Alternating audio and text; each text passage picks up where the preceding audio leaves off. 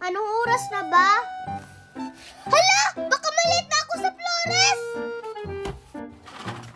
Excited na ako sa Flores. Sana masarap yung snack. Ano ba yan? Wala akong bulaklak. Saan kaya ako makakahanap nito? Ganda talaga ng bulaklak ko. Si Sophia ba yun? Ang ganda namang dala niyang bulaklak. Sophia! Ano yun, Mercy?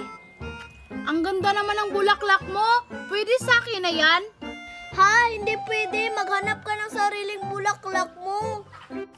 Eh wala akong mahanap eh. Akin na lang yung sayo. Kumuha ka ng bagong bulaklak mo. Hindi talaga pwede eh. Ah, di talaga pwede? Akin na yan.